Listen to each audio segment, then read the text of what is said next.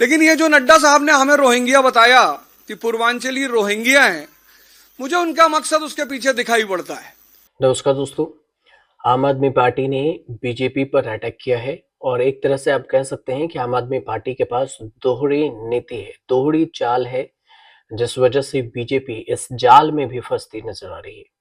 कैसे, आपको इस वीडियो में बताते हैं। एक तरफ बाबा साहब भीमराव अंबेडकर मामले के बाद पूर्वांचल के मुद्दे पर भी बीजेपी नड्डा के बयान पर घेरती नजर आ रही है। अब दो दो मुद्दा हो गया है और इस मुद्दे को दिल्ली विधानसभा में आम आदमी पार्टी अच्छे से भुना रही। आम आदमी पार्टी ने आरोप लगाया है कि सदन में जो दिल्ली में अवैध घुसपैठ और वोट काटने के मामले में चर्चा हो रही थी, उस दौरान जेपी नड्डा ने पूर्वांचलियों की तुलना रोहिंग्या और बांग्लादेशियों से कर दी।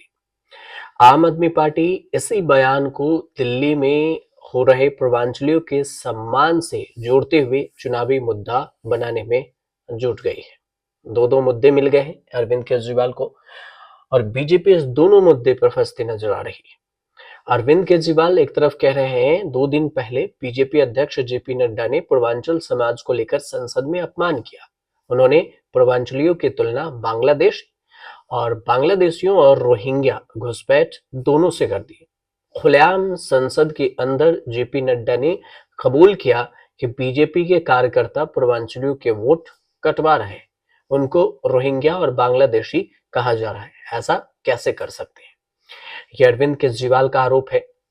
वहीं दूसरी तरफ देखें तो पूर्वांचली समाज को लेकर ही जो लोग हैं उनको लेकर अरविंद केजरीवाल के साथ साथ जो अभी टीचर से जो नेता बने हैं, आम आदमी पार्टी में शामिल हुए हैं, अवध ओझा ने भी जमकर हमला बोला बीजेपी के खिलाफ।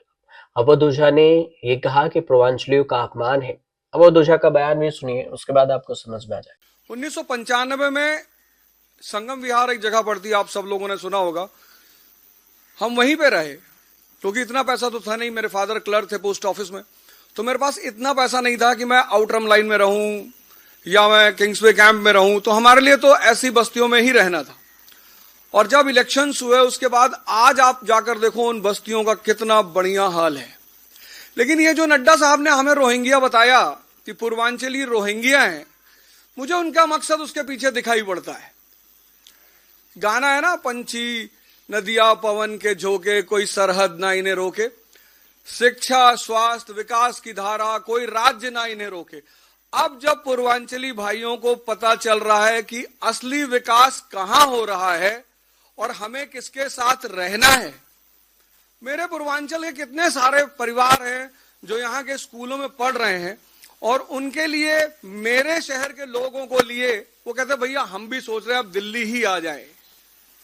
मेरा मानना यह है कि जो हमें पूर्वांचली बताया गया, मुझे रोहिंग्या बताया गया कि ये पूर्वांचली रोहिंग्या हैं, ये सिर्फ इसके पीछे मकसद ये है कि आज पूर्वांचल और बिहार जो सबसे बड़ा तबका है उसको एकदम स्पष्ट हो गया है कि विकास की धारा सिर्फ और सिर्फ आम आदमी की पार्टी के द्वारा बह रही है और वही हमारे राज्य में भी पहुंचाएंगे और पूरे भारत में पहुंचाएंगे।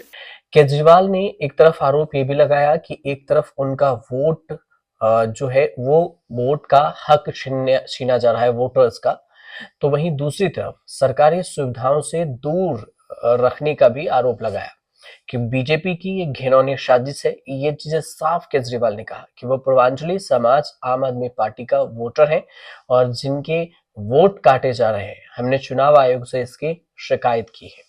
अरविंद केजरीवाल का ये आरोप है। कई सारी बातें अरविंद केजरीवाल ने कही है। उन्होंने कहा कि यूपी बिहार से आए भाई 30-40 साल से रह रहे हैं, बीजेपी बताए कि क्या ये रोहिंग्या है। अक्सर गरीब तबके के लोग यूपी बिहार से रोजगार और पढ़ाई के लिए दिल्ली आते हैं, कच्ची कॉलोनियों में रहते हैं। 2013 में जब मैं कच्ची कॉलोनियों में जाता था तो वहां पर घुटना तक पानी होता था, स्कूल अस्पताल सड़कें नहीं होती थी, लोगों के वहां रिश्ते नहीं होते थे। इन्होंने ये भी कहा कि 2015 में जब मुख्यमंत्री बना तो अफसरों को बुलाकर विकास करने के लिए कहा। हमने सुप्रीम कोर्ट के आदेश और केंद्र सरकार की अड़चनों को दूर करने के लिए 1757 कॉलोनियों में से 1650 कॉलोनियों में सड़क, बिजली, पानी, स्कूल, अस्पताल दिए। साथ में कई सारी बातें अरविंद केजरीवाल ने विस्तार से कही हैं, जिसमें उन्होंने ये भी कहा है कि यहाँ पर रिश्ते नहीं होते, हमने उनका सम्मान किया है, हम आपके वोट कटने नहीं देंगे। अगर बीजेपी वाले आए तो उनको अपनी डिटेल्स मत देना, हो सकता है कि वो आपका वोट कटवा दे। आप चेक करते रहना और हम इस मुद्दे पर घर घर जाकर संसद में इस पर बात करेंगे और आपसे मिलेंगे। जेपी नड्डा ने जो बयान दिया है उस पर संजय सिंह ने भी बयान दिया और वो कहा कि मैं उस वक्त सदन में था जब हमारे पूर्वांचली भाइयों को रोहिंग्या और बांग्लादेशी घुसपैठिया कहा जा रहा था। हम अपने ही देश में घुसपैठिया कैसे हो गए? ये बयान बीजेपी के अध्यक्ष जेपी नड्डा का है। पूर्वी दिल्ली के पूर्वांचल कॉलोनियों में भी वो जाएंगे। अब आपको एक चीज बताते हैं कि जेपी नड्डा ने क्या बयान दिया था। जेपी नड्डा ने संसद में कहा था कि हमें तो लगता है संजय सिंह वहां पर थे, बयान दे रहे थे, तो उन्होंने कहा था कि हमें तो लगता है कि कहीं आप रोहिंग्या और जो बांग्लादेशियों के वोट बैंक से ही तो नहीं दिल्ली में जीत गए हैं। और इसी बयान को अरविंद केजरीवाल अच्छे से भुना रही। दूसरी तरफ अम्बेडकर को लेकर विवाद चल रहा है और यहाँ एक तरफ रोहिंग्या पर जो जेपी नड्डा ने बयान दिया, उस बयान को लेकर, दोनों बयानों को लेकर आम आदमी पार्टी बीजेपी को घेर रही है और बीजेपी घेरती भी नजर आ रही है। फिलहाल दिल्ली में विधानसभा चुनाव है, फरवरी में चुनाव होना है, 70 सीटों पर वोट डाले जाएंगे। उसके बाद पता चलेगा कि आखिर दिल्ली में सत्ता में वापसी केजरीवाल करते हैं या फिर इनकी कुर्सी कोई और ले जाती है। फिलहाल आप हमारे साथ जुड़े रहिए, हमारे चैनल को सब्सक्राइब कीजिए, शेयर कीजिए, कमेंट कीजिए।